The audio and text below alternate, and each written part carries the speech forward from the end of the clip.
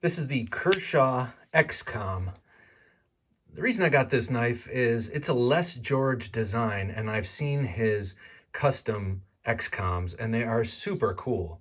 And if you know anything about Les George, he is a aficionado of classic combat knives, especially those from World War II.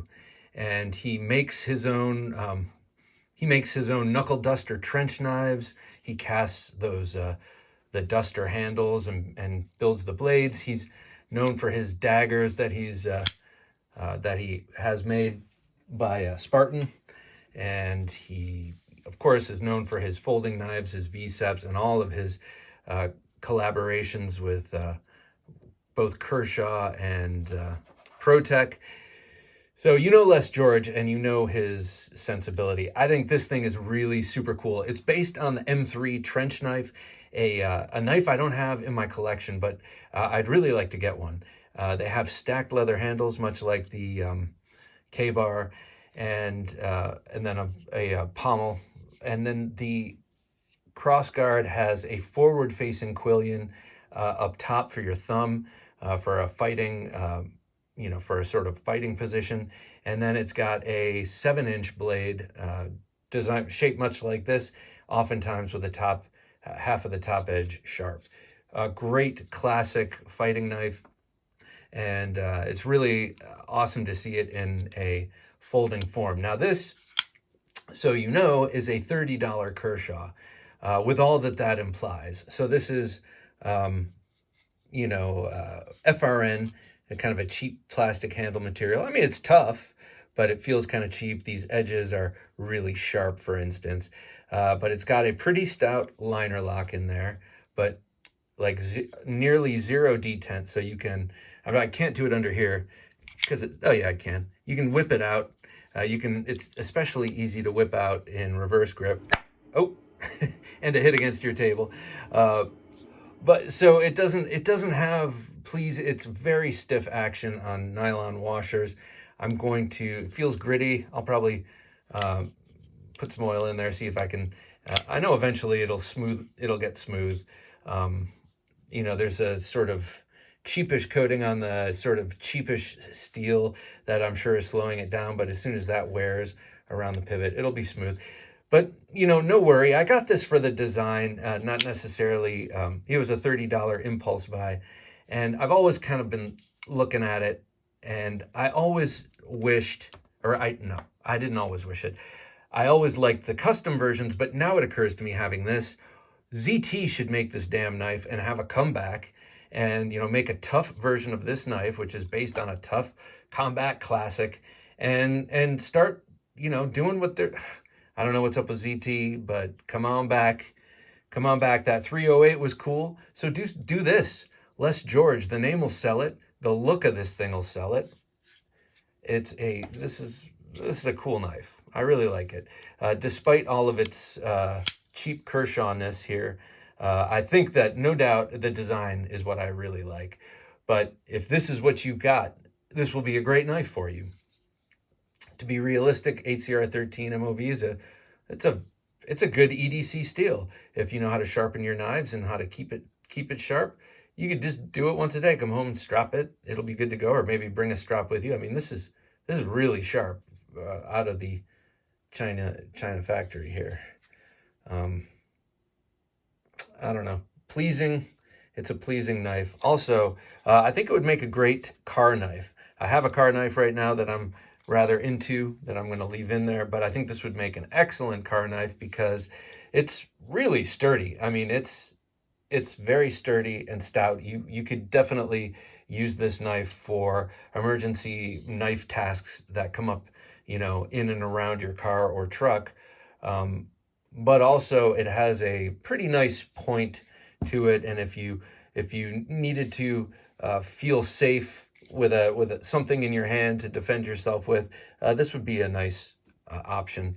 I, of course, would do it like this, not only because that's a pretty effective way to hold your blade, apparently, but also I wouldn't want to bet all of my luck on the liner lock. I mean, it feels like a pretty stout liner lock. Haven't had it fail yet, though I haven't had it for long and haven't put it through any paces yet. But This way, you know, you're fighting a stop pin, not a slipping lock. So if you are using this in a fray, and you know, really put a lot of energy going that way, it's less likely to shear that stop pin than it is to slip off of that lock and cut your fingers off. So anyway, that's what I think about.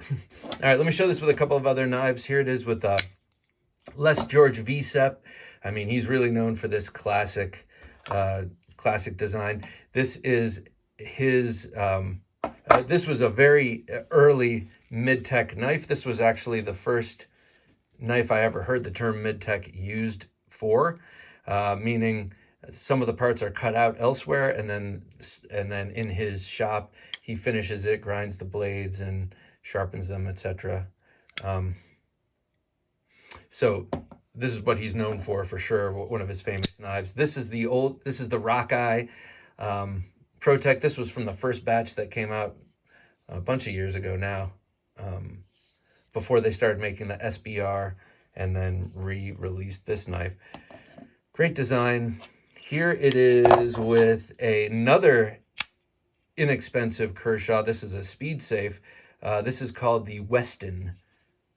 Interesting name, very interesting knife. This is another one that I've said would be cool if they scaled it up by, I don't know what percentage, but just by a little bit, scaled it up and made it with ZT. How cool would that be? I think it's a really great looking knife. It's got great ergonomics.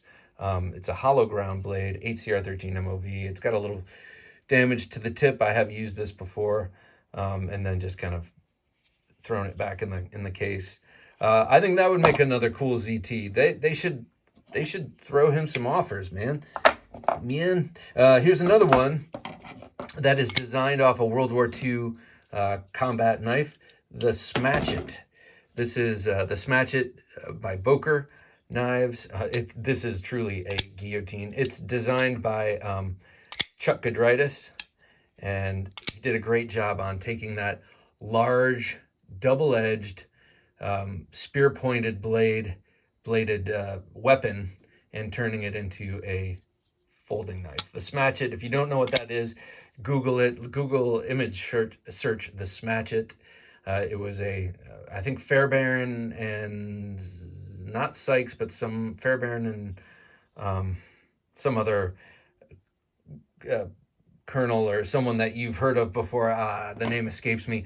Designed this knife together. The Smatchet, large, short swordy kind of weapon. Actually, very cool. I initially thought it was supposed to be a utility tool as well, but nope. It's just a weapon, the Smatchet. Check it out. A couple other things I want to show it with. Oh, one other thing I want to show it with. Another great utility knife. This is an older one. This is when they were only $60, but this is the this is the OS 8 version of the Recon 1. Of course, I stripped off the cheesy coating, nice and hollow ground the way they used to do. I made my own sharpening notch here. But this is just a stalwart. I've had this in my bag for years. This would also make a great riding in your bag knife, no doubt. Put a little lanyard on there so you can find it easy. And really, I mean, how often do I pull this out to use it? Almost never, because I'm always carrying something else. But if I need it, it's there. This is one of those kind of knives at $30, you know, and some non-premium materials, but a great design, great pedigree. I don't know. I like this knife a lot. Zero tolerance? Make us an XCOM. You know, why not? But just avoid speed safe and make it 3.75 inches, please. Thank you. Talk to you later.